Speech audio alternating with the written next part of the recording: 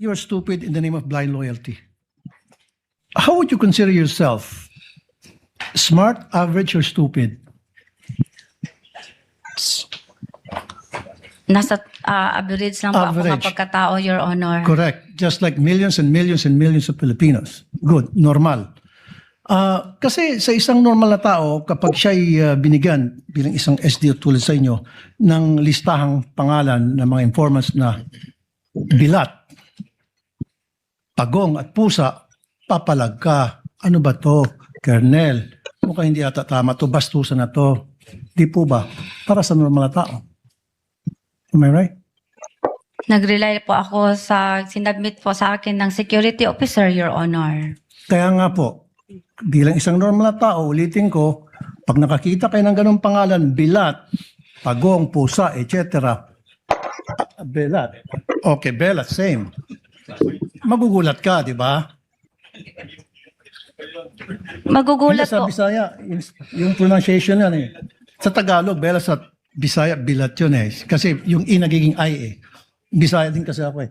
With the permission of Senator Judge Tulfo, Chair would like to remind the gallery to kindly maintain silence during these proceedings. You may proceed, sir. Kasi isa pa po, Madam Witness, meron akong kopya dito na kung saan maraming pangalan ng mga informant at iisa lang po yung pirma. So if you're a normal or average person, papalag ka na naman. Teka muna, Colonel, bakit ganito? Bastusan na to, lokohan to. Yung iba-ibang mga pangalan pero isa lang po yung pirma. Hindi ko nagtaka. Piniripay ko po yun si Colonel La Chica, Your Honor. At ang sagot naman niya sa akin, Ma'am Gina, those are sensitive information, Ma'am Gina. At saka, confidential in nature po yun. So naniwala kayo sa sinabi niya na confidential nature kahit na isa lang signature sa napakaraming pangalan. So Kasi you siya took his po, word for it. kasi siya po ang nag-implement sa mga confidential activities, Your Honor, on the grounds. Siya po ang inatasan na mag-implement. Siya ang implementor po, Your Honor. So for me, in this case, you are stupid in the name of blind loyalty.